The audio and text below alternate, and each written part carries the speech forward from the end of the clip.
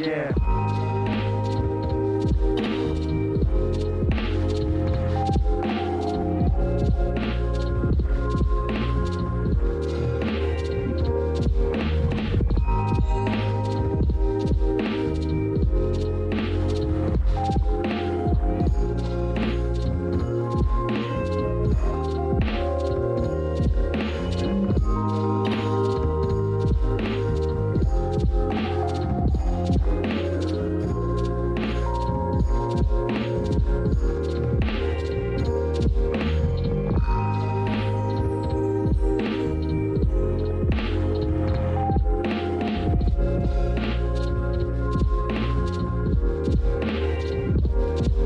Yeah.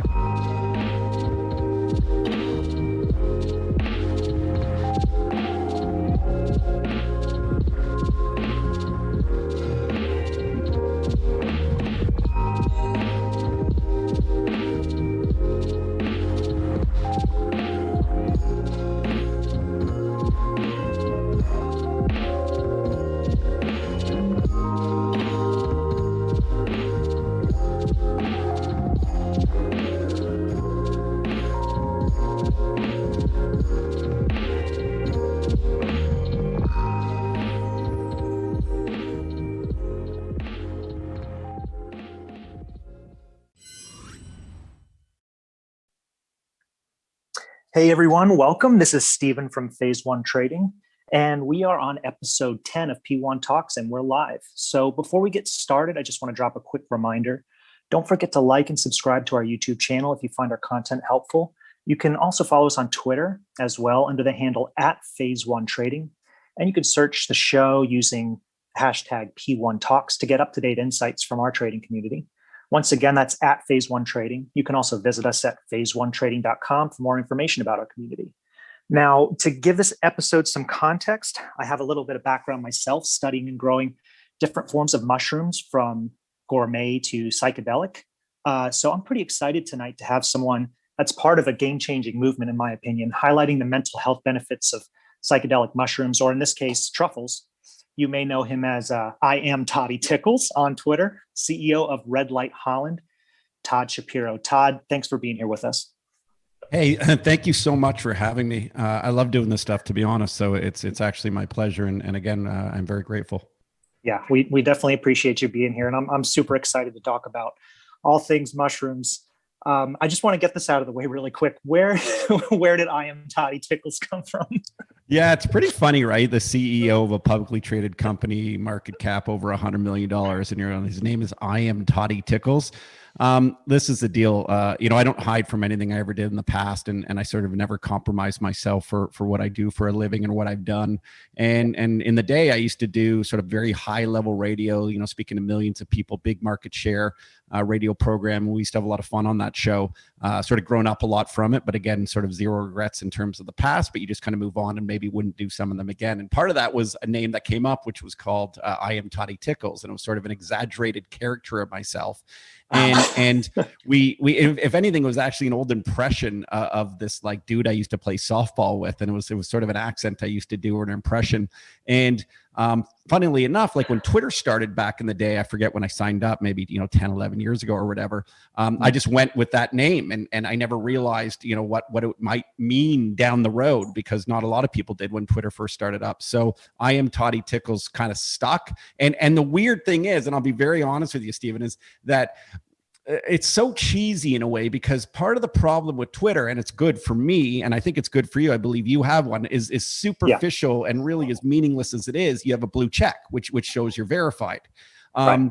And listen, I think the verified symbol it's not about getting followers. It's not about bragging rights, or that's all bullshit. But what it is good for, I find, is it's very good when you reach out to people. For some reason, they respond to you a lot quicker if you DM them, like, oh, they got a blue check. So if you go and change the name, you lose the blue check. So I actually wanted to change it to even I am Toddy Truffles now. But if so I'm trying to figure out on a business level, if I want to communicate with people or get in touch with them, I do find that you get a better return rate, response rate, if you keep the blue check. So we'll keep the name and we'll keep the blue check and roll with it. Yeah, that's great. Tickles. As long as it's verified, I can trust a guy named Tickles. Over. Well, and if anything, tickles are very harmless. I mean, my wife loves her back tickles. Like Yes, I can't help the fact that my wife loves my magic touch. So that's great. Yeah, for some reason I'm picturing Elmo dancing on Sesame Street when I read your name. But yeah, I actually have a similar story, except I'm not very famous on Twitter. My original name was Farty McPoo Pants, and the guys thought it wasn't very professional, so I had to go back to P1T Professor. But I don't know which if I'm is great, verified. by the way. I mean, and you're doing Twitter well. I do follow people, and it's interesting in this day and age, especially of stocks and stuff. And people got to be careful of what Twitter platforms they do follow, especially if anyone's ever giving, investment advice and stuff. Just make sure you always do due diligence. And I even say that with my own company, obviously, like always talk to a financial advisor, always do due diligence, and don't just ever look to something because someone tweeted it. It's insane, and especially if they don't really put a face to the actual profile. So you got to be careful about that stuff. Yeah, we were, our group in general has just been talking about some of the activity in the SEC lately. They're coming down really hard on some of these stock gurus on Twitter. And actually, I think this is a really good opportunity for me to just disclose something, which is I have traded TRUFF, which is TRUFF. That's the ticker in the United States for Red Light Holland. I have traded you a few times in the past, and I actually own shares right now. So anybody out there, take my enthusiasm with a grain of salt, and like Todd said, do your DD. Oh, cool. And to be honest, it's maybe a good time for me to disclose that we paid you $1 million for this interview. It's insane. I appreciate that. I'm looking at McLaren's right now, actually online as I'm talking to you. So, and just so people know, that is a joke. That's a joke. Stephen was kind enough to reach out to me with the blue check, so I got back to him, and totally unsolicited interview. And I'm just grateful to be here. As you know, I love to have a great conversation, and I appreciate you letting me do it for free. Cool. Yeah. I wanted to get something out of the way right out of the gate, because I saw a press release this morning, and it seems like a kind of a milestone. I just wanted to give you the floor to just explain what happened today, and if there's anything you want to add to the press release that I saw come out. I appreciate it. Yeah, it was a very significant day for Red Light Holland. We've really had a great, how many months have we been public for now? I guess since May 28th, so about 8 months or whatever. I believe that this company has really showed people some very interesting ways to generate excitement, especially because we always went out and said, we want to provide access now to psilocybin, and we want to be able to do it responsibly. We want to do it with education. We want to do it with information. And of course, we want to, at the same time, brand it. And some people were kind of, whoa, you're going to brand psilocybin? I'm like, yeah, that's exactly what I'm going to do. But we also have a very serious side to our business. And one of the things that the whole serious side is about, how do we get to other markets? How do we open up these legal routes? And it's not easy, obviously, because there's a lot of restrictions, and you got to do things very carefully through a lot of compliance and a lot of back and forths, and not everything comes overnight. It's not like I'm selling you a granola bar, then, starting the next vegan company that can just get it into any convenience store. So we do things very carefully. And that's why we have an incredible management team with an incredible board of directors, incredible advisors. And these are the cream of the crop when it comes to success, and also doing things. The common theme is about a regulatory process. So today, after a lot of work, quite frankly, we successfully completed the sale and importation of our microdose packs. And those are the psychedelic truffles. And that was under Health Canada approved psilocybin import permit, and we did that in partnership. We were working with Seacrest Laboratories and Shaman Pharma, and this is a big deal because we've done a lot of research. And Stephen, maybe you see things that I haven't, but I believe that this is the world's first ever. If you think about it, this is a branded package of magic truffles in a microdose fashion that got across borders to get to this lab. And I don't think anyone in the world has ever done that. So when you talk about a significant day, and for Red Light Holland, of course, its management, and we'd like to think for our shareholders about doing our very best at always to increase value for them. We think that this just sort of sets a really big precedent, and we're excited for these next steps. And we love being able to say that we're breaking down kind of barriers, we're ending stigmas, and these are groundbreaking moments and ones that we're very proud of. That's great. And yeah, it's awesome to kind of check that box on your logistics, distribution chain. Do you, so what kind of next step, I guess, would occur? Like we've got product in Canada now. Like what's next steps? Yeah, I think the idea with this is just to show, obviously, within that regulatory framework that we could get product across international borders, and we've done that. And then what are the next steps? Well, it's in a lab, right? So I can sort of tell you, it's always boring. I can tell you kind of what the press release says and what we're planning to do through that. That's the most difficult thing, by the way, about being the CEO of a publicly traded company is you can only sort of bring information to the market at the same time it's been announced through a press release. But ultimately, there'll be phases here, and we plan to look into sort of the truffles, and this is sort of an exciting opportunity to have it in a lab and look at different phases now about could you develop different viable ingredients of it to sort of address what the requirements are for clinical trials or for patients who are getting these special access programs, which you've seen the Canadian health minister provide for those who are end of care and very sadly terminally ill, and of course those with severe trauma. So one of the things when it comes to that, to the best of our recollection, is they've allowed individuals to have access to psilocybin, in that case magic mushrooms. They always say we're magic truffles because that's how we can grow it legally in the Netherlands through that legal framework. But have they ever actually said that anyone can provide it to them, or where do they get access from it legally? Where can they grow it on their own? Can they get it from a company? Because we all know it's still illegal to grow it on your own. It's still illegal for a company in Canada to sell it to people. So we're trying to show everyone and show the world that, hey, we can get our product here where we're doing it in one legal place, get it over to another legal place through international borders, like I discussed earlier, and then maybe can we potentially try to get it to those that have been permitted it. So, there's long-term goals here, and I'm not saying that anything's been concrete or anything's written in stone, but of course, there's always a bigger plan. Right. All right. I mean, I think this is actually, I think it's like you said, I haven't read or, at least detected anything across the industry where I've seen psychedelic mushrooms or truffles cross international borders. So you're definitely, kind of, at least from what I'm seeing right now, this is a first move, and it's setting a precedent. I think it's really awesome. And there are so many countries. I've listened to a couple of your other interviews. I know we've got who's kind of getting close to legalization. We've got Austria. I think you mentioned Jamaica. I was just reading Australia as well is discussing right now. It's February through March. Australia is talking about legalizing psychedelic mushrooms and MDMD. So just kind of like curious that it's starting to kind of spread in terms of I don't want to say popularity, but the stigma is starting to be. I would say it's starting to be challenged openly. It reminds me a lot of cannabis in the early days of the cannabis movement. Without a doubt. So sorry, feel free. No, go ahead. Yeah. Oh, I was just going to say that the conversation is starting really all across the world, except for some of the more conservative countries, clearly. But if you think about where cannabis was opened up to and how people felt originally, how cannabis could be prescribed through a medical doctor without really studying exactly everything there was to do with the cannabis plant. And as we know, there's very few sort of patents or IP around cannabis. There's a few, but not many.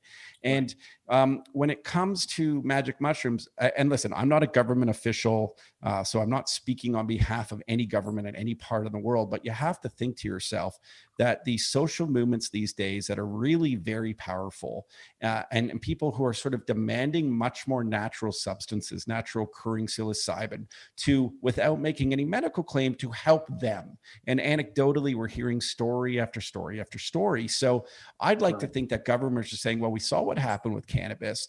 It's not like we're sitting here and crimes increased and there's all these issues and stuff. And I think they're starting to look at magic mushrooms and psilocybin going, well, people are getting it every day illegally, just like they were getting cannabis. I mean, it's undeniable. It actually makes me chuckle inside to know how many well branded, by the way, I'll say, because I'm someone branding psilocybin, but there's a lot of underground websites that are doing a decent job of it too, that are doing it completely illegal though. And then you can go on Instagram and see, 22-year-olds post about how they tried this microdose product, and yet they're so proud of saying they got it in Canada, they got it illegally, and they're telling their thousands of followers that they're using it. So there's not like this fear anymore of, I'm a 47-year-old guy. I'm not sure how old you are, Stephen, but when I smoked cannabis in the day and I was 18 years old or 19 years old and we're at the end of high school or going into university, I mean, we did it in someone's garage when we knew the parents were home, or in like a back alley. We were friggin' scared, man. And that fear, in my opinion, is gone for a lot of youth in a lot of progressive countries and a lot of progressive areas in certain countries. And I think that our mission here as a company really aligns with those individuals that are saying, we want to use it. And we're saying, well, we want to be able to get it to you, but we want to make sure that we get it to you. Again, I always go back to this, and it sounds very repetitive, and I hate to sound kind of like a big promo machine right now, but it's got to be about education, information, and responsible use, because at the end of the day, it's still a touchy subject. It's a very sensitive topic. And as well, I mean, there has to be careful use, and there has to be at least people around you if you are using it in higher sort of these hero dosages. Yeah, absolutely. And I definitely want to touch on my kind of hero dose experience and kind of see, because I don't really have a whole lot of insight into microdosing. So I'm kind of curious what the differences are. But I feel the same way, and we're in a modern Western culture that really doesn't kind of trust or condone, I would say shamanistic or spiritual kind of experiences from, altered states of consciousness. So it's interesting. And this is derived from, an organic substance. But you're right. This is an incredibly touchy subject. Do you feel like, what kind of, if you were just to guess, I guess, about a time frame, I mean, how long did cannabis take, to kind of roll out? I just feel like this could come a lot quicker because it is associated with, in my mind, like when we talk in our trading group about the cannabis sector, shrooms are we talk about shrooms in lockstep with that. That doesn't necessarily mean they react price action wise all the time with cannabis, but I definitely feel like shrooms have kind of taken to an attachment to cannabis, just because it's kind of like the next breakthrough in medical intervention with just just an alternative form of mental health care. Yeah. And again, I got to be careful. I wish sometimes I was just talking to you as like I am Todd Tickles back in my radio days, because it'd be a lot easier for me to tell you a lot of things that I really believe in. But I could tell you a lot of anecdotal stuff, and I'll get into that in a moment. But when you tell me or ask me, I guess, when do we think things will be legal, sort of what you're saying, or maybe will they ever be, at that prescribed model? I mean, the answer is I can't tell you that. But what I can tell you is this, and we all know this, that there is a mental health crisis going on, that the Canadian government has already said, and it's a precedent-setting thing that they've come out and said, that for those who are terminally ill and those who have severe trauma, that they can have magic mushrooms for anxiety. That's what the Canadian government has said. So maybe now you think to yourself, well, while that's very beautiful, because we want everybody to be taken care of, and we want everybody, especially towards their end of life, to be able to sort of tolerate that. And I can't even imagine what stresses and anxiety they go through. And of course, all we want is well for those people who are in those very, very tough situations, and including their families around them. But, maybe there's others who are just saying, well, I have issues too. And magic mushrooms have worked for me, and magic truffles have worked for me. So I think what you'll end up seeing is a lot of people saying, well, you've set a precedent, so maybe can we use it too? And the government, in my opinion, has opened up a door for that conversation, at least. And then back to cannabis, like you mentioned, cannabis, it took some time. I mean, cannabis, the real big movement was in about 2001. And they started to allow it for also compassionate grounds and for medical access. Some of that had to do, again, with terminally ill. Some of that had to do with patients sadly suffering from AIDS. And they sort of expedited that and pushed that through. And it took a little bit of time. Obviously, we didn't become legal until 2018. But those 17 years, there was a lot of big, powerful movements that we think will expedite this next movement. And again, I'm not projecting or predicting, I'm just saying what my opinion is. Yeah. And I think a lot of people right now are probably listening going, well, that kind of makes sense. And it makes sense because you're probably having listeners right now who are thinking to themselves, well, I do magic mushrooms, or I know my buddies who do magic mushrooms. So on top of it all, why wouldn't the government want to collect tax dollars on this stuff? Right. Especially in times of need where tax dollars have been hurting, lack of tourism, of course, COVID crisis has really crushed a lot of revenues for a lot of different countries. So they might be looking for alternative revenue streams as well. Yeah. I mean, who isn't right now, first of all? And it's almost like in Colorado, where I'm from, we our public, a lot of our infrastructure is paid through cannabis tax at this point. I mean, I don't have a number available to me readily, but we make a lot of money off of taxing cannabis, and it goes straight back into the state, into education and into roads, infrastructure, stuff like that. So yeah, I mean, it's almost like this goes without saying.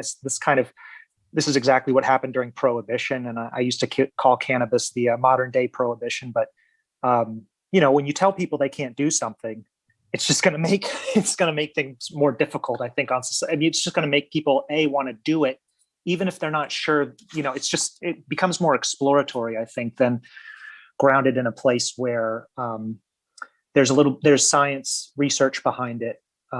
And we can show efficacy, and people, like you said, are starting to talk about it openly and not scared to talk about it. Like, I'm not scared to talk about psychedelics online openly now, whereas maybe 5 or 10 years ago, I probably wouldn't mention it because I would think like I'd get in trouble. Right now, I believe it's legal to possess in Colorado, actually, but I'm not sure what the finer details around legalization are. It's definitely not, we can't sell it yet. It can't be sold and bought.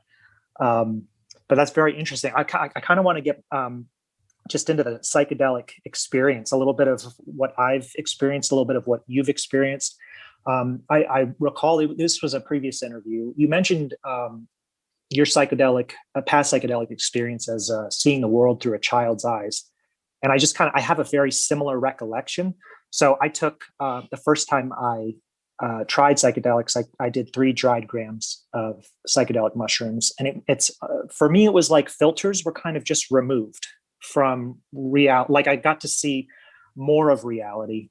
Very strange. And my perception of time was altered. I felt like I had been gone for days when it probably only lasted about 4 to 5 hours. And of course, this was a macro dose. And I came out of that with, the only way I can describe it is, for the next year of my life, I kind of had it's almost like you just get reset.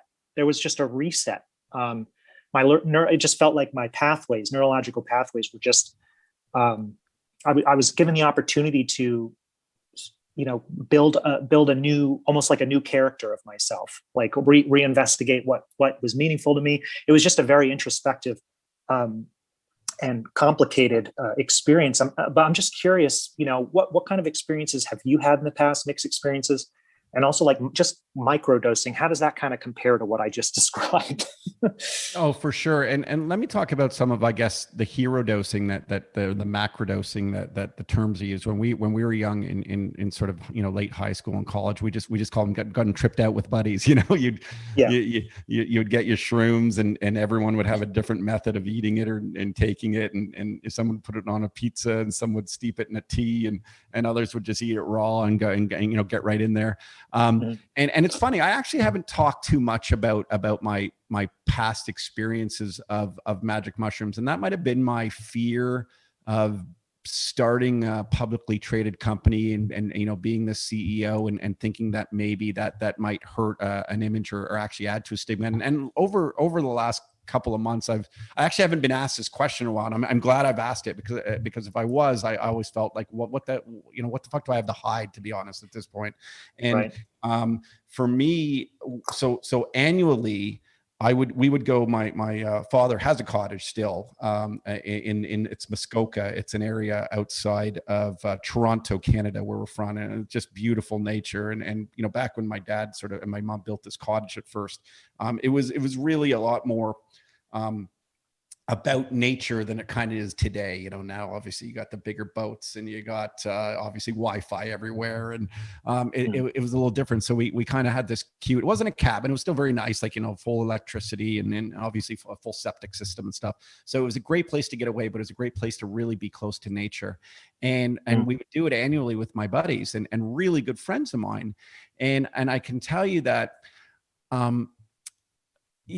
I find that as you get older, you have so few memories in life of the things that made a difference in your life. And I think everyone can kind of count on two hands what those were. And what are some recently for me? Well, the birth of my children, and before that, getting married, the night I proposed to my wife, which was a beautiful night after a very tough time in my life. And then you think of these times that what else sort of stands out. And if I think back to my late teens and my 20s, for some reason, like my biggest, most vivid memories are those nights with my friends when we were taking magic mushrooms.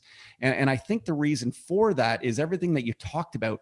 We had these moments of when you're sort of immature teenagers and, you know, these silly college kids. And I don't think there's a lot of depth sometimes at that age. And it's not, I'm not, this isn't like ageism or anything. So in case people get offended easily listening to me, I'm just telling you this is how I look back at it now. And, you know, we were doing silly things and life was about trying to meet ladies and trying to have a good time and have a good laugh and kind of get by in university or college. None of us were really huge academia, but, you know, we all have done very well since then. And those moments of really getting introspective. And I don't think we went in it at the time really with the proper set and setting. I don't think that was the intention. It was more just an annual thing. Let's go with the boys and have some fun. And I think every single time our friendships were stronger. We bonded through those experiences of that trip. You know, we would go from room to room in the cottage, not that it was massive, and everyone had its own different experience, from the room that was in the basement that was colder. And it brought us back to ideas of sort of being outside, and, you know, some were shivering and some were talking about just warmth and providing friendship and support. Like, it's amazing what comes out of the little elements in those rooms. Even I'll never forget being in the bunk bed room where we had a stucco ceiling and it looked like reverse mountains coming down at us. And we thought to ourselves how beautiful and artistic that was. And it brought this little sort of stale bunk bed room with an old kind of moldy smell to it, quite honestly, to life. And we all connected through these moments. And then my favorite moments, and not to get too too long-winded here, I'm sorry, but it's the sort of the point where you're coming back, to you, and the psychoactive ingredients are subsiding, and that's to me when this perspective comes into play, where you had some laughs, you maybe even had a little bit of fears, but you had support systems with your friends who got you through those fears. And you talked about everything, and you talked about it being a little bit altering and a little allowing your brain to pivot. And this may sound silly, but maybe there's some who listen and taken hero doses and agree. It's like it's a graduation of yourself. Like 3-4 years of college can't even give you the experience sometimes of one night of going, my goodness, I got to kick my ass into gear here because there's something I'm lacking. There's something I'm not doing for myself to make me a better human being, an evolved human being, a harder working human being. And you sort of see some faults within yourself. And then it's beautiful to come out of it and go, well, how can I help change myself? And all of our friends through those experiences, seriously, we just had it was sort of like, you know, being in this movie, and then you come out of it, and the end of the movie is you end up a bit of a better person. And it's hard for me to explain other than that. Yeah, I mean, just to echo, I think it's really interesting because the experience is probably very subjective and personal to each individual. But like you said, most of your friends kind of came out of it with some new insights, and that's kind of what I'm telling you. That's exactly how when I came out of it, just like you were describing. There was actually clarity. There wasn't some sort of, you know, I'm not coming off of some sort of a hard drug where I'm like, where am I? I need to get more of this stuff. And like, what happened? It's exactly the opposite, which is like, wow. I mean, I still, to this day, that was 12 to 13 years ago for me. And to this day, I remember almost every moment of that trip, even though it felt like it took forever. And the recall, I think, is really important. because something like cannabis that might give you a little bit more of like a foggy sense neurologically, I didn't get that after I did mushrooms. And I have done I would consider it a microdose, like I've steeped it in tea before a couple times. But the same exact effect. It really does feel like you just went to work for several days, and the information that I got from my experience, it's impacted me to this day. I still think about it. So it's just I'm not sure how. So let's talk a little bit about the microdosing application now, because I think what you were kind of describing is still macro. So in terms of micro, how many times a week would somebody feasibly be taking this? I'm sure this might vary from person to person, but would people expect a similar experience as what we're describing, you and I are describing, or be a little bit less intense? Yeah. So, and first off, now all of a sudden I got to put my corporate self back in the picture. I was getting like this really happy tear in my eye, being nostalgic and thinking of all my buds and literally having the best moments of my life. And again, these are anecdotal experiences. I got to be careful of saying, this about the medical claims and all this. These are just, things I did 20, 30 years ago. And I'll get to the microdosing in a moment. By the way, that's so wild for me to say almost 30 years ago. Like I often don't think of myself as someone who's turning 48 in a few months, but I guess time flies. And what I wanted to say is, and this is neat, talking to you about it is actually, very therapeutic in a way, because I'm doing it publicly. And in a way, the reason why I think it's therapeutic is because even when I did do this, 20 odd years ago with friends, these conversations weren't being had really at all, man. And if they were, it was like you're with your buddies and you kind of came out of it and you said, wow, that was a great experience. I mean, we thought we were going in to just have a big party here, but wow, like, we're really like sort of took a dive into ourselves here and feeling better about ourselves and feeling motivated to tackle life here. And the hardships aren't as bad as we thought the hardships were. And we're just going to go here and make the most of life and enjoy it and love it and live it. And these conversations now that you and I are having, and that you're seeing a lot of the great pioneers and advocates, but really more everyday people now who aren't so as involved in doing it a lot and really studying the science or the even really truly looking to what the benefits are, the studies that are being done now. This is very helpful to people because it's a conversation at least that can start now. So you actually might go into an experience and make sure you do it. If you do it legally, I've got to say that, and do it with a guided therapy. You might have to do some sort of clinical model wherever you can get it. I would just say at least what a neat way of even going into a trip now, thinking that there could be these more positive outcomes. We didn't even think that way back in the day. So kind of neat. Sorry, and I'm getting off topic, but it was just, I never, that's just the first time I ever thought of it like this. And thank you for allowing me to open up. The other thing I would say is that, when it comes to microdosing though, I would say it's a very, very, very different experience. Sure.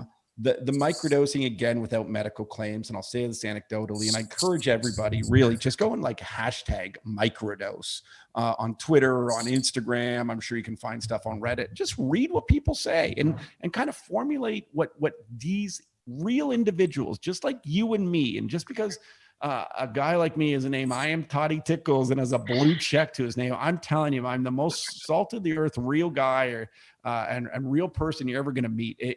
These are just experiences from people who have life in front of them. And life at the end of the day, honestly, if you're a billionaire or if you're going through some real hard times, and I know it's easy, people say, well, the billionaires, they got all the money in the world. Well, listen, there's a lot of, dark billionaires who have these dark trauma or these different places or the stresses and the anxieties. And what I'm trying to say is we're not too dissimilar from one another as people. And I think most importantly about why I bring it back to microdosing is because if you read about people microdose from all different parts and walks of life, you sort of get a very similar response, which is, oh my goodness, that really allows me to focus. And wow, that's helped with my anxiety. And it's not the anxiety goes away. It's not like I'm changing or I'm someone different. It's not like I'm drunk at night and completely forget about that stress that day, or getting fired at my job, or getting a big confrontation with my spouse or something. I had to leave the house to go for a drink. I think it's about you're actually just a little bit disconnected from your own mind, and you're a little bit more focused, just a little bit, in my opinion, on the outside elements around you, which in a way, which is what I think happens, is you take a little bit of off of you, you put a little bit onto whether there's even a snowy day in front of you, whether there's a buddy that you want to pick up the phone and call to, and you're more sort of concerned with what they're up to. And to me, that's the most important experience, what I find in microdosing when I do it. And of course, I microdose legally in the Netherlands. That sounds like a big promo, but it's true. That's really where I've focused a lot of my microdosing when I've been there. It's the idea that it parks my anxiety and allows me just to focus a lot more on other people and a lot more on other things. And I think a lot of the anxiety we're getting, I'm not a psychiatrist and I can't make these claims, but I think that we live in our own heads these days. We want likes, we want retweets, we want recognition in this sort of online world. And if we're not getting it, we put a lot of pressure on ourselves. And a lot of people say that of all different age groups this day and age.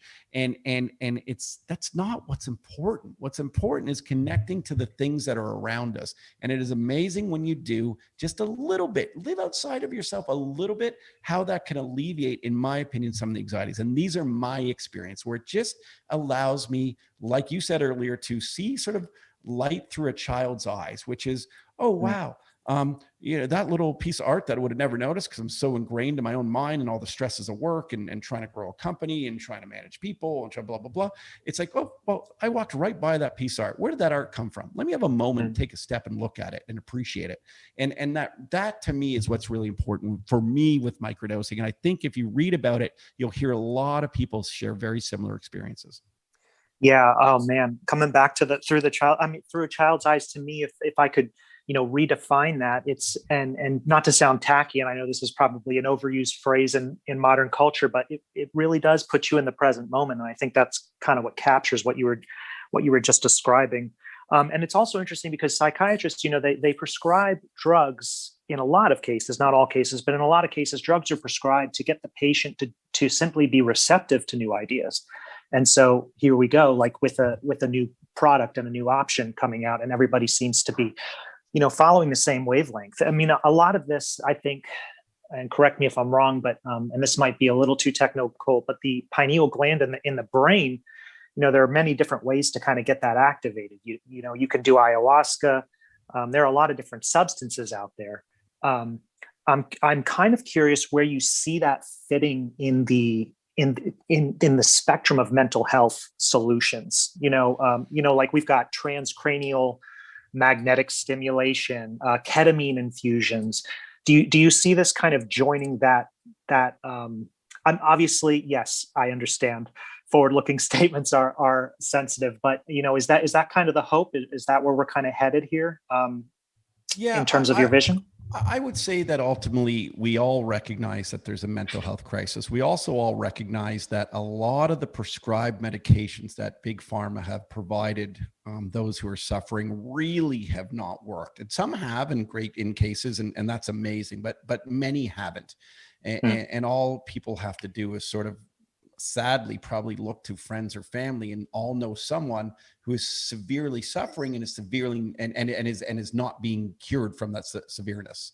And so is there other options? And I think that's a good way for me to phrase it carefully. Are there other options? Are there other options now that we can look back to thousands of years of clinical studies that maybe haven't been documented in the way that scientists and the medical community thinks that they should be documented, that where people are going, wow, okay, wait a second. Yeah, this has been very effective for thousands of years, and that there's books written about it, and there's drawings that sort of represent it, and of course there's communities that were brought up on it, and there's even some people believe religious writings that have derived from it. So we could explore that all we want. What I can lead you to, though, that is science, is we have an amazing advisor in our team. And I think that everyone should go and Google her, because instead of me saying it, I think she needs way more recognition. I mean, she's a lady that is quoted by Robin Carhart Harris. And she has a incredible YouTube video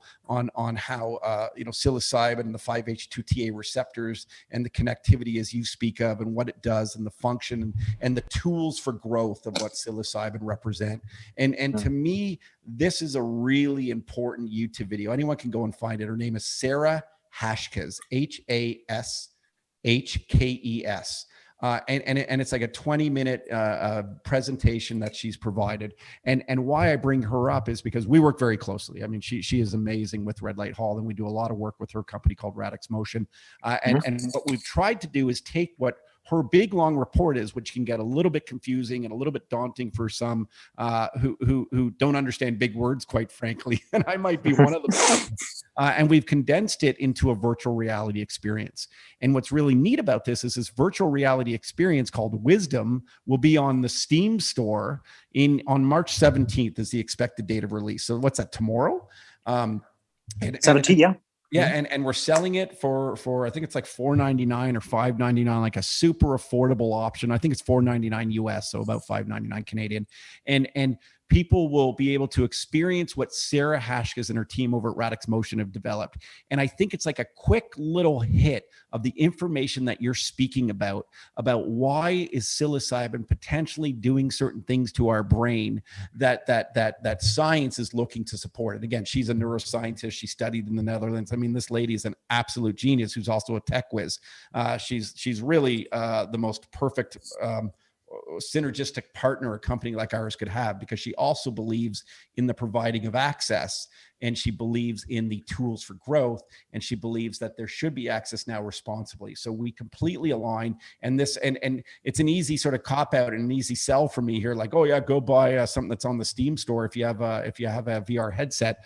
But I assure you, this is an incredible immersive experience that is educational. And by the way, Stephen, the reason why we hired Radix Motion in the first place over at Red Light Holland is because, back to what I was talking about when we first started, just sort of mentioning what the business model is about information, education, responsible use, is that in smart shops in the Netherlands, we thought, well, shouldn't we be really self-regulatory as a company? Shouldn't we kind of write our own legislation, so to speak, as before even governments do this? And when people walk into smart shops, will instruct the clerks to give the patrons this virtual reality experience, which provides you this knowledge, provides you a bit of the science, provides you the information, and it also provides you a mimicking of a microdose experience. And then the idea of it is, if you're not comfortable with what you learned, and if you're not comfortable with what you experienced, guess what? We actually don't think you should buy our product. And it's really about, again, we're writing our own legislation, and that's why this is developed. And I'm ecstatic to the fact that, listen, let's be honest, as a publicly traded company, we've created an alternative revenue stream, but I'm also really excited just to share this brilliant 4 or 5 minute piece that Radix Motion has created, and the idea that people are going to get a great education of it and have fun doing so. Todd, and I just want to pause for a second. I know I have a few guys for P1 management in the background. If we can grab that link for the Wisdom VR thing, or if it's not out yet, it's going to be posted to Steam tomorrow. Just wanted to pause and mention we will definitely be putting that link out just so our listeners can kind of get some context and check it out if they'd like to. But I think that's a great idea, giving just people a general preview of what it might feel like, so they kind of know if this is something they want to get involved in. I have a really great curveball question for you, Todd. One of the management just asked me, would you let your children microdose, obviously at an appropriate age? It's a great question. So man, this is awesome. So yeah, the answer is yes, I would. I not now. I have a 5-year-old boy and I have a 1.5-year-old daughter, Sawyer and Scarlett. So no, not now. No, I wouldn't right now. Right. So years and years and years ago, I was suffering from a bit of depression and tremendous amounts of anxiety, and I tried Ativan. And it completely messed up my mind. Like it felt like I wanted immediately to be addicted to this thing. And I've never really had addictive quality. I was kind of that kid that could, when I say kid, college kid, or that could have a smoke and then, not have a cigarette for another 2 weeks. Like there's just something about me that never really had these addictive qualities. And Ativan was that first thing that was, I remember going, wow, I need another one. It's going to help me sleep. But it just sort of somehow got in my mind that way. And I took it for about, I don't know the exact days. So, I might have said a different time frame in another interview in the past. So, don't quote me on this, but call it a week or 10 days. It wasn't like a large amount of time.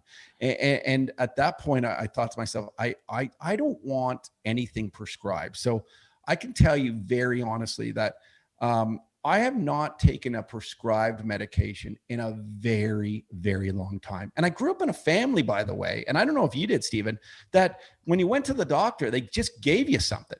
They're like, oh yeah, take this or take that. Or here's penicillin. You got this, you got that. Oh yeah, you got lumps in your throat. You're gonna need the, erythromycin. I don't even know how to say. It's like, okay, well, what about just maybe some vitamin C and some rest? And in the States, by the way, and you're in the States. And I really don't want to stereotype here, so I hope this doesn't come across as sort of obtuse or anything. But man, the prescribed model because of the private healthcare, I feel like doctors are going to kill me, but whatever. I feel like they're totally abusing the system half the time and just kind of want I don't know if they got royalties or their money for doing that. And it is absolutely wild to me, the amount of prescription medication out there. So bringing this back to my children and bringing it back to my experiences of natural occurring substances. Yeah. When my kids get into their late teens, and if we're in the Netherlands and they opened up to me about maybe having these sort of struggles with major anxiety or ADHD or I'd like to think they don't have a traumatic childhood. I think we're having a good time, other than the fact that I work all the time, so I don't see them a ton, but and maybe that is impactful actually. And I would say that I would sooner give them a tiny piece with I would call it maybe because if you think of adult dosages, which anyone can say are about 100 to 200 milligram per how you microdose and how you decide to do it, maybe cut that in a fifth or a tenth, and just to see. I believe there would be zero contraindications, and maybe I'm ignorant for saying that, but I don't care because that's what I believe.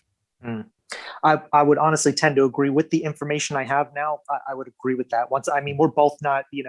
We're both not scientists, but from my experience, from the details and experiences from my friends, everything I've read online, I would tend to agree that this is a little bit more approachable than some synthetic drug. And like you said, it's just, the variety and range of synthetic drugs at this point is just out of control.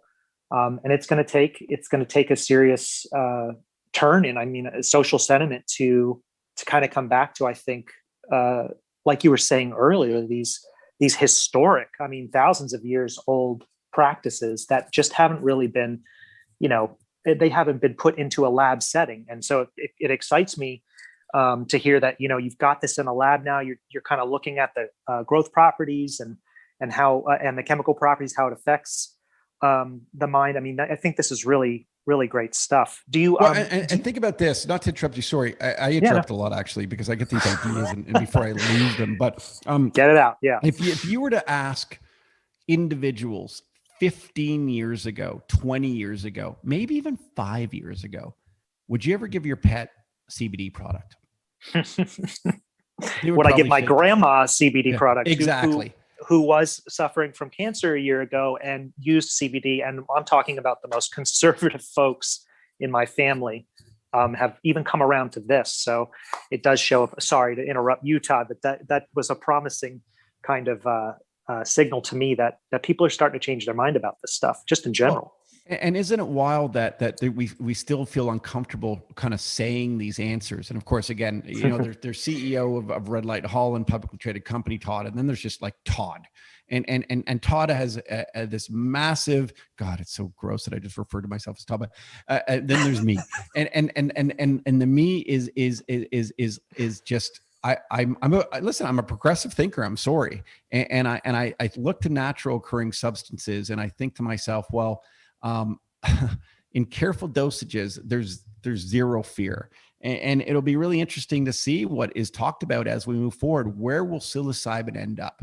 Will it end up ever being prescribed to children carefully? Will it end up with animals? And by the way, ketamine was with animals for years. And now, obviously we're seeing all these ketamine clinics pop up. So right.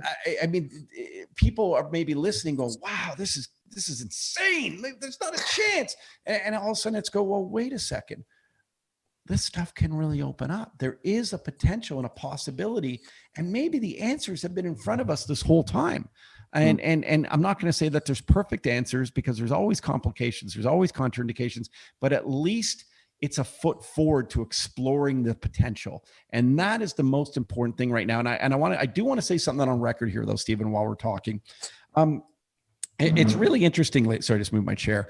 It's really interesting right now, because there's this sort of, I don't know if you've been following some of the news about the patents and Compass and Atai, how they're talking about psilocybin and trying to get patents on it and trying to kind of control it and trying to speak to the Oregon regulatory bodies on how this sort of movement moves forward with Measure 109. And it's sort of, I guess, upset people. And it's really interesting, because I took it as a different approach, because I do not think that big pharma should come in and control psilocybin and the aspect of psychedelics and how we eventually get it out to people, if we can get it out to people at all. And the where it's changed my mind a little bit was through what I felt was a bit of a kind of a greed approach. That's the way it came across to me, was sort of this greedy approach. I thought about what I've said on record in interviews about how, kind of against big pharma in a way. And I might have alluded to that. I wasn't saying that big pharma shouldn't exist. I was just maybe negative towards big pharma. And a lot of it's because of my just personal beliefs and anecdotal sort of usage of things that weren't prescribed to me from synthetics.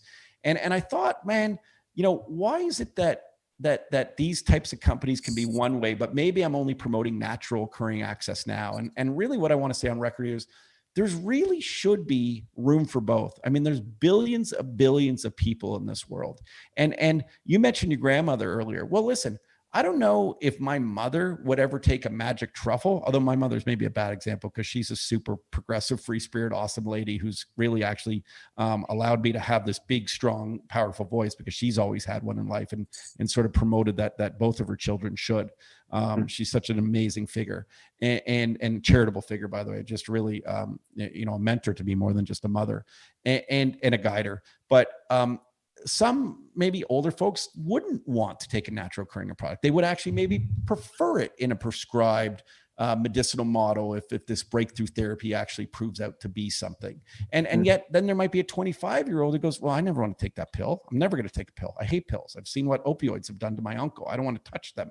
And they would rather a magic truffle or a magic mushroom. So really, if we think about what the psychedelic community should stand for, and I truly fear this, man.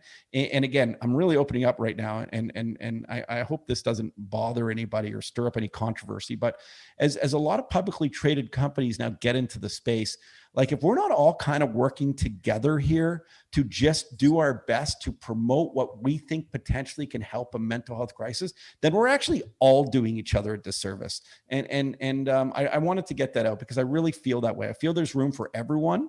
And I hope that everyone also has those same sentiments, or else it ends up becoming about greed. And if you're an investor in a greedy company, well, maybe it'll do well for your portfolio, but is it going to do well for your heart and your passion and your emotion, your empathetic side? Maybe not. So these are just things to think about. Yeah. And it's really cool to just hear that, it's very apparent to me, and probably to most of the listeners, like the passion you have for the product you are working with is very apparent. I want to ask a couple Q&As, because I'm seeing my guys in the background are telling me some people are shooting some questions at you. Would you mind just doing a couple of questions from the live audience? I have no issues doing some questions. I will answer them the best I can. And if it's company related, it'll be stuff I've probably announced or it's in my prospectus or we filed in the MD&A, but I will do my very best to answer them. Yes.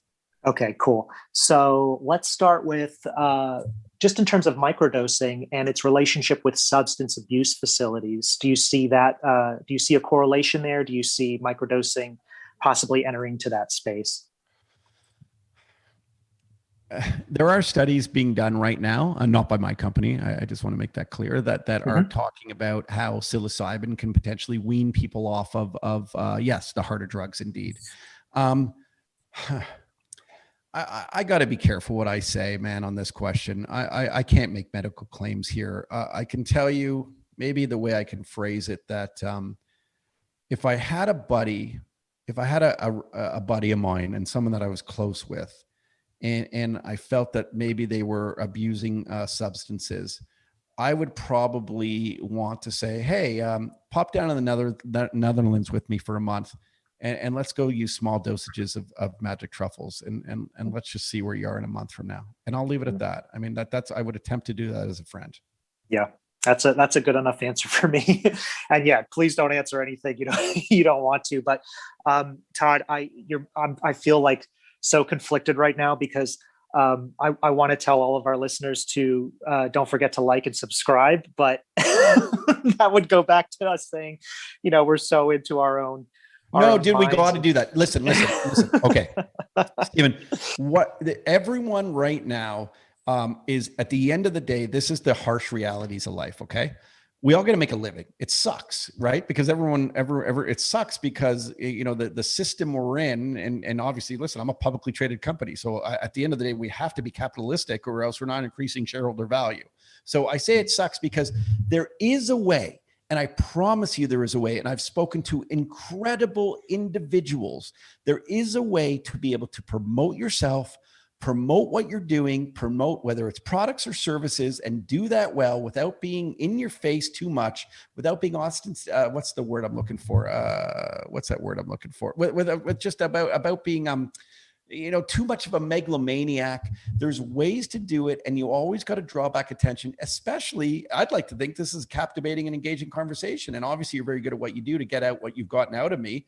It's a key to an interview is to be able to, have a nice. And I did this for 20 years, so I know. But to be able to have a great tone and kind of just have a great flow of a conversation where you go back and go, wow, that guy exposed a lot to me. He said more to me than he said to anybody else in the past. So you did your job, man. I'm telling you that. So of course, draw people back to like your channel and go and watch your channel. And everyone needs to do that because the harsh realities of this world is we all want some attention because the attention ends up relating back to dollars, and the dollars end up paying the bills. And that's just the way the system is cut out. I think that the balance of it is what kind of substance do you do in between? And again, you're putting out great substance. So that's what's important. I appreciate that. I appreciate the feedback. I want to just, we're going to probably get wrapping up here soon since we're coming up on an hour. I do want to ask you one more question and then just kind of give you the floor if there's anything else you want to speak about. But this is a roundabout what the question was online, and something I've been thinking about too. Now, I heard you previously talk about the truffles that you're growing must be sold kind of as is. They can't be altered in any way. Is that correct? Yes. So the way we're legally allowed to sell them, in the framework in the Netherlands, is in its raw, unprocessed, natural form. Gotcha. Yes. So, and I think what you're getting at is, of course, we're seeing sort of this ground down. We're seeing it put into powder. Mm-hmm. We're seeing it put into chocolate. We're seeing tinctures. Again, anywhere you're seeing that, it's illegal. Okay. So, and by the way, it's not like this is super proprietary knowledge, or I think it's very obvious that a lot of people have the technology to do this stuff. As a publicly traded company that's, heavily scrutinized, we're just not going to delve into that because we're doing everything completely by the book. So we can go to every government that we approach, like we have, getting our product into Canada, and like we have getting Anvisa in Brazil to allow the import of our product into that country of a couple 100 million people. We're doing it by the letter of the law on purpose. We're getting legal opinions, but I think at some point, I'm answering a question that maybe you haven't even asked yet, but at some point, I think the idea, of course, is to have different sort of ways of consuming magic mushrooms or magic truffles. And all anyone has to do is go and look at, especially here in Canada, and I'm sure in Colorado, where you could buy, your gummies in a legal form. Who would have thought that would have existed even 10, 15 years ago? Not many, but they do now. Yep. And it's just slightly off topic, but I'm stuck in Phoenix right now because of the snowstorm in Colorado that just happened.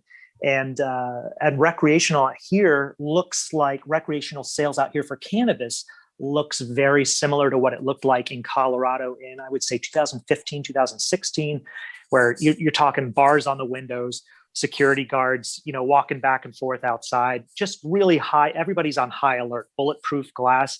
I don't see that very much in Colorado anymore. That's really kind of eased up. People are just people treat it like it's just an actual, it's like you're walking into a CVS. So it's just interesting to kind of see that progression and evolution of acceptance.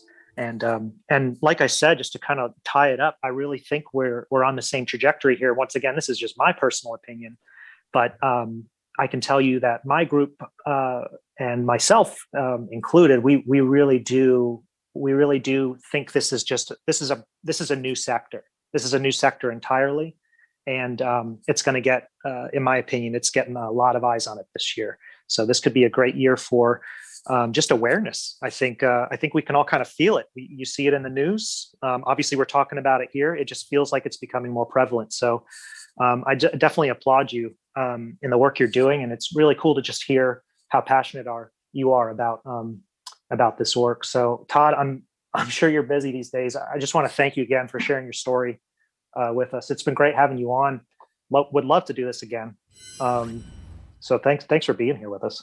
Oh, I appreciate it. And honestly, this is actually my comfort zone. So this is what I did for 20 years and did it really, I hope it doesn't sound like I'm, bragging here, but I did it at a pretty high level and interviewed a lot of amazing people. And it's actually part of the reason why I did a pivot, because when I was interviewing a lot of people and did this long form conversation style, especially the last 7 years of my radio career, 6 or 7 years, is you end up learning from people, and you get to go in depth into their brains, and you get them to open up and sort of share things sort of like I'm doing today and what you do on your own show. And you learn about people's kind of struggles, and you learn about people's issues, and you learn about people's anxiety and performance anxiety, especially if I was, talking to a lot of just performers, from artists to musicians to you name it.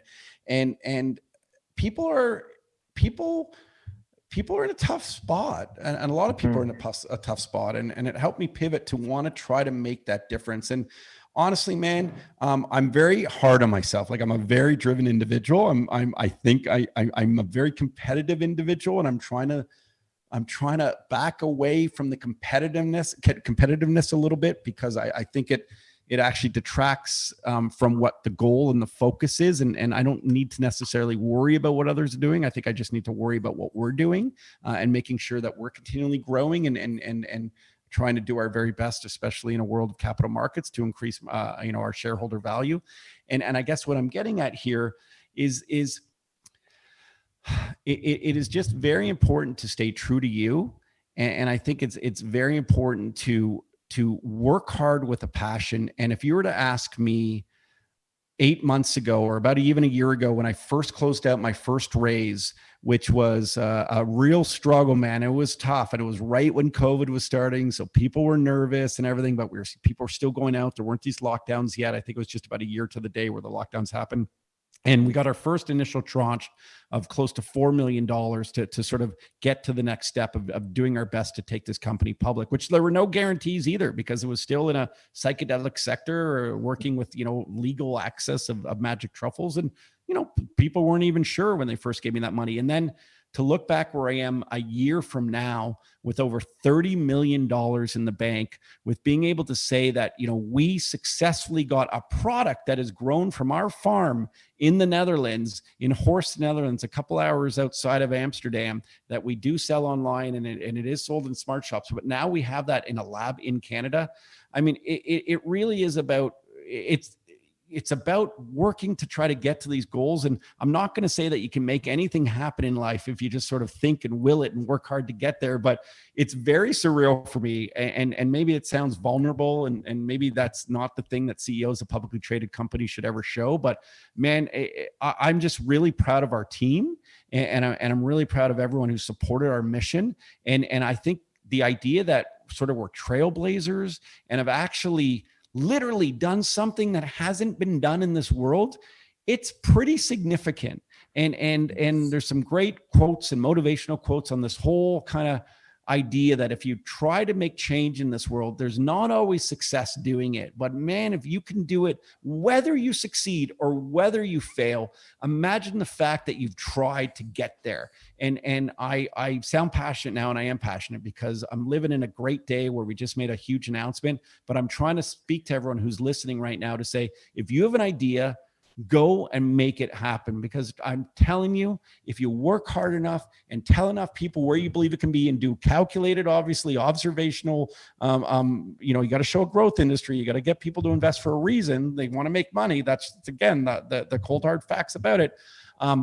Don't give up, because I'm a walking live story right now of that you can have early success. And I hope that in our case, we're just at the beginning and that this mission is just starting.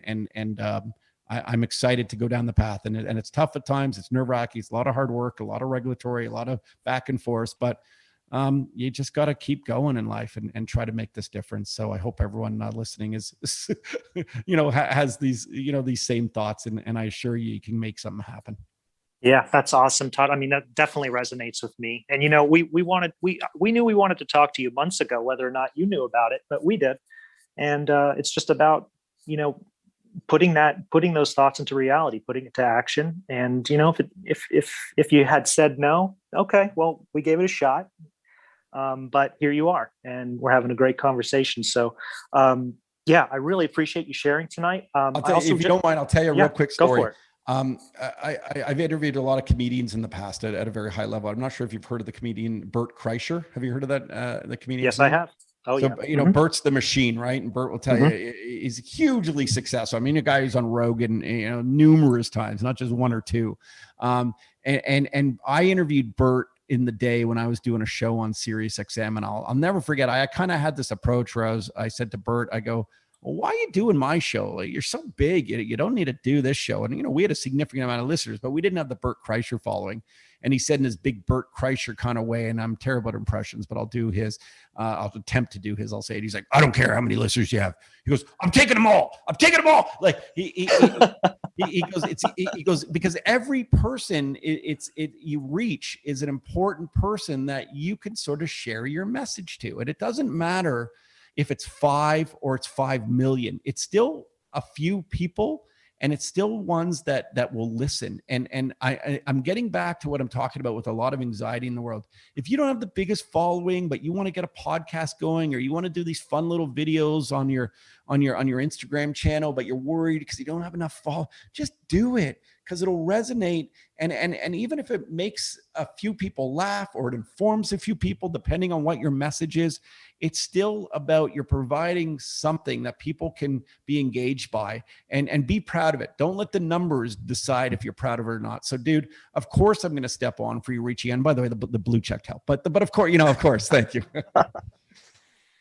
No, that's great. And we appreciate the feedback, and this is just super inspiring for us, and we're having a great time with this show. And, that's what we're all about too. It's not just about, name and status as well. Like we've also brought on a lot of, traders who are just in the process of kind of discovering their own craft. And it's just fun, to get into people's heads and see how they're operating, and share their perspective really with the community, because that's what we're trying to do here through this group. So I really appreciate you being a part of it.